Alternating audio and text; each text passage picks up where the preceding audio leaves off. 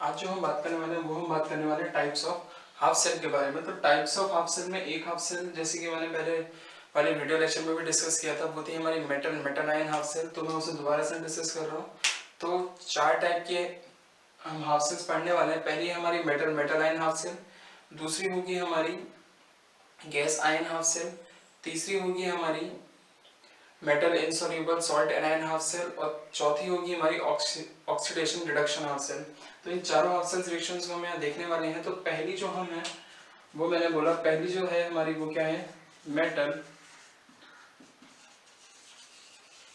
Metal ion half cell reaction. Metal ion half cell. अब metal ion half cell समझ में आ रहा होगा, जैसे कि मेटल हमने क्या ले लिया, जिंक ले लिया।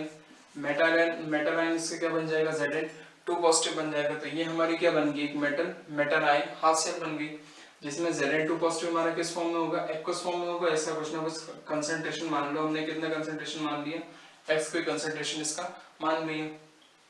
तो अब यहाँ से हम इसका ई सेल या फिर सेल पोटेंशियल हम कैसे फाइंड करेंगे। तो देखो उसके लिए हमें क्या करना है, पहले तो हम इसकी रिएक्शन लिखेंगे। करना तरीका भाई है, पहले हमें क्या लिखना है, रिएक्शन।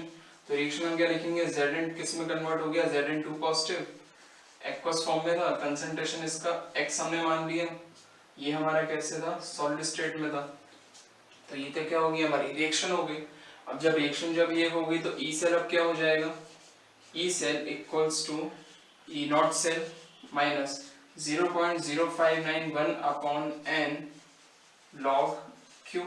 हम क्या मान के चल रहे हैं, यहाँ पे टेम्परेचर हमने कितना मान के चल रहा है, 298 केल्विन मान के चल रहे हैं। टेम्परेचर कितना मान के चल रहे हैं, 298 केल्विन मान के चल रहा है।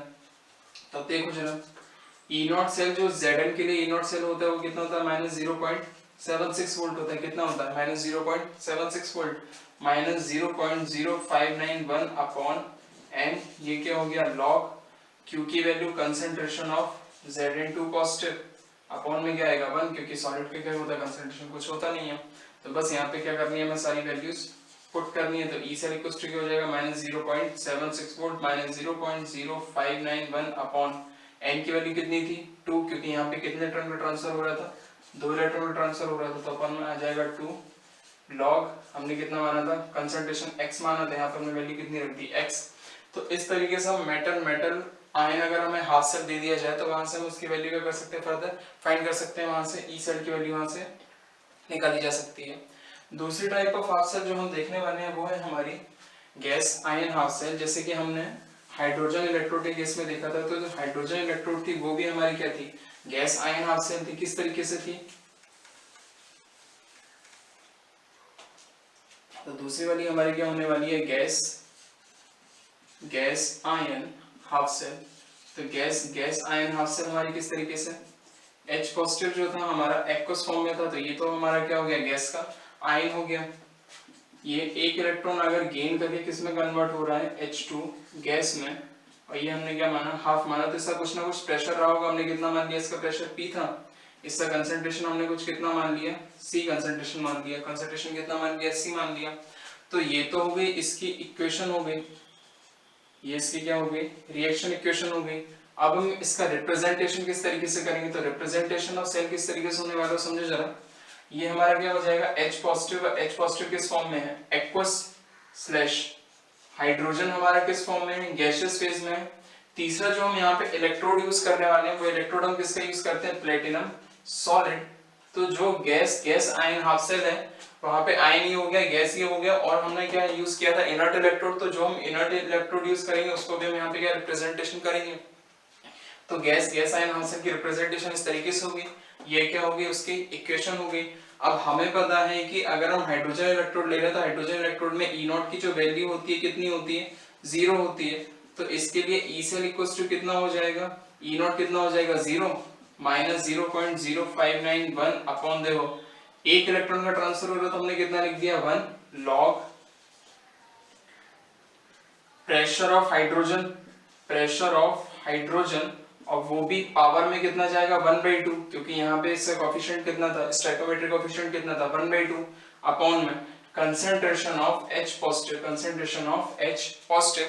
अब यहाँ पे देखो एक वेरिएशन हो सकता है। वेरिएशन क्या हो सकता है कि अगर हम यहाँ पे प्रेशर कितना मान के चले, 1 बार प्रेशर मान के चले, अगर हम स्टैंडर्ड कंडीशन मानते हैं और हमने क्या माना, प्रेशर हमने कितना मान लिया यहाँ पे 1 बार, तो देखो जरा यहाँ पे ई सेल इक्वल्स टू कितना हो जाएगा, यहाँ से क्वेश्चन बनता है, तो देखो जरा उस क्वेश्चन को किस तरीके से, minus 0.0591 log 1 upon concentration of H positive. अब इस चीज को देखो जरा, log 1 upon concentration of H positive को हम क्या लिख सकते हैं, log concentration of H positive to the power -1, और ये हमारा क्या हो जाएगा, minus log concentration of H positive. तो कुछ देखा, minus log concentration of H positive हमारा क्या कहलाता है, pH कहलाता है। क्या कहलाता है, pH।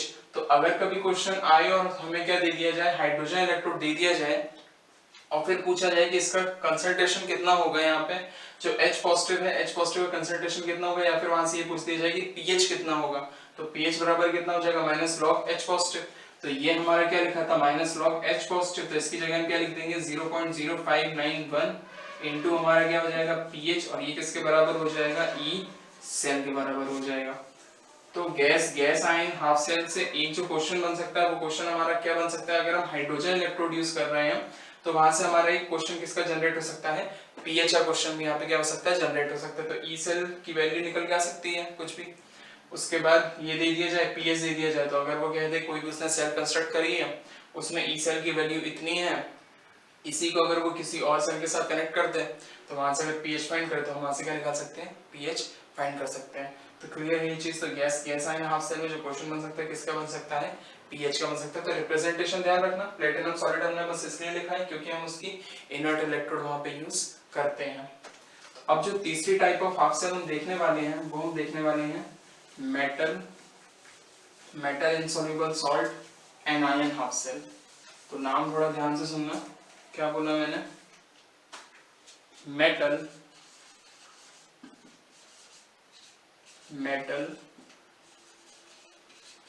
insoluble salt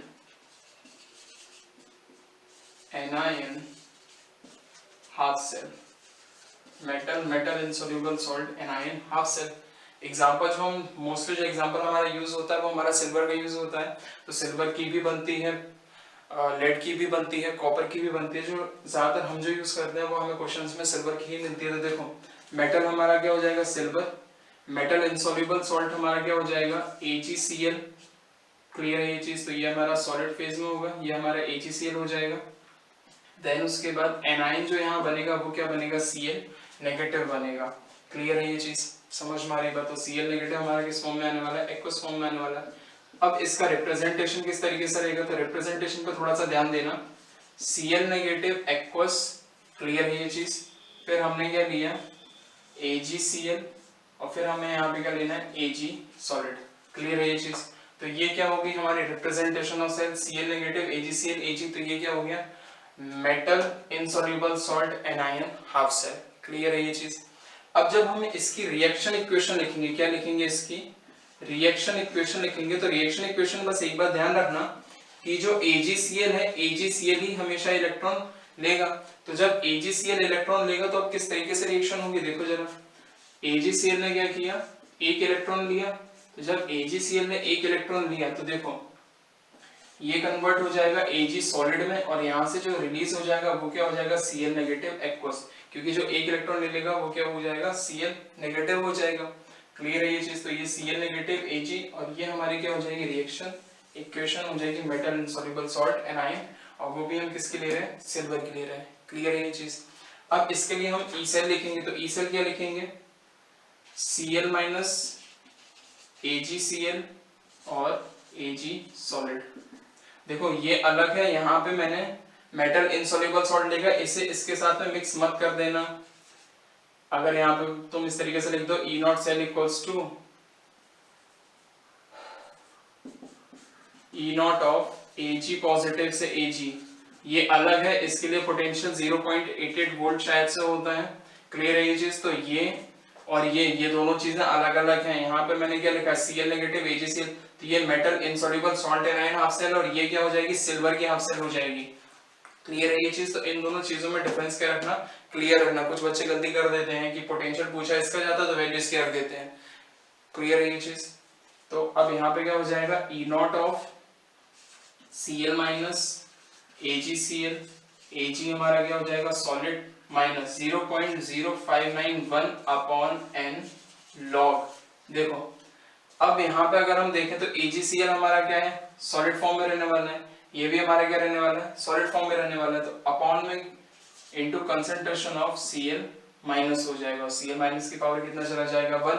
तो अब यहाँ पे एक चीज गौर करने वाली है, वो क्या करने वाली कि इसका जो सेल पोटेंशियल है इस मेटल इनसॉल्युबल सॉल्ट एनाइन जो हमने हाफ सेल बनाई है, इसका जो सेल पोटेंशियल है वो सिर्फ और सिर्फ किस पे डिपेंड करेगा कंसंट्रेशन ऑफ एनाइन पे। किस पे डिपेंड करता है कंसंट्रेशन ऑफ एनाइन पे डिपेंड करता है। क्लियर है ये चीज। तो कभी कभी क्वेश्चन आ जाता है कि जो हम मेटल इनसॉल्युबल सॉल्ट एनाइन है उसमें अगर मान लो दे दिया जाए कि Cl नेगेटिव का कंसंट्रेशन या फिर AgCl के बारे में कुछ भी बातें बोल दी जाए और फिर पूछा जाए कि किस पे डिपेंड करेगा, तो वहां पे बस इतना ध्यान रखना कि जो Cl नेगेटिव कंसंट्रेशन होता है उसी पे डिपेंड करता है इसका सेल पोटेंशियल, क्योंकि इसकी वैल्यू फिक्स है। इसकी वैल्यू कितनी होगी 0.22 वोल्ट होती है, इसकी वैल्यू कितनी होती है 0.22 वोल्ट।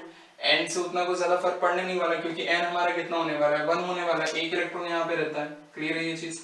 तो सेल पोटेंशियल जो वेरी करेगा वो हमारा किससे वेरी करेगा कंसंट्रेशन ऑफ एनाइन। तो कितना एनाइन का कंसंट्रेशन है वहां से हम फाइंड करेंगे मेटल इनसॉल्युबल सॉल्ट जो हम हाफ सेल बनाएंगे उसके केस में उसका ई सेल। क्लियर है ये चीज।